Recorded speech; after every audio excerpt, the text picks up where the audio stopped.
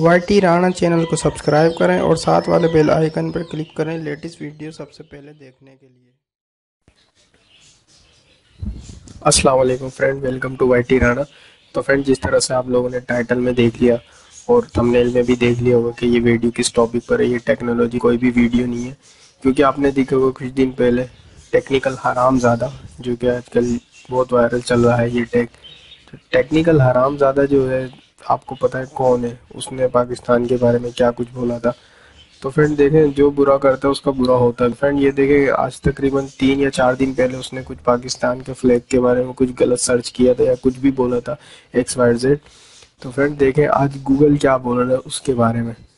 तो फ्रेंड देखिए, मैं इस वक्त गूगल पर हूँ, आपको पता है, और आपने सिंपल यहाँ पर लिखना है टेक्निकल हरामज़ादा और इंटर कर देना है फ्रेंड। और इंटर करके आप ये देखें, पूरे गूगल में उसकी ये तस्वीरें आ रही हैं। और ये देखें सबसे टॉप पे, ये देखें कि आ रही हैं उसकी तस्वीरें टेक्निकल हरामज़ादे की। इसीलिए सोच समझ के बोलना चाहिए कि मैं क्या बोल रहा हूँ, किसके बारे में बोलना है। हमारे पाकिस्तान को यानी इतना बुरा भला समझ रहा था, इतना बुरा भला बोल रहा है वो। तो उसने खुद सोचा भी नहीं होगा कि मेरे साथ क्या होगा।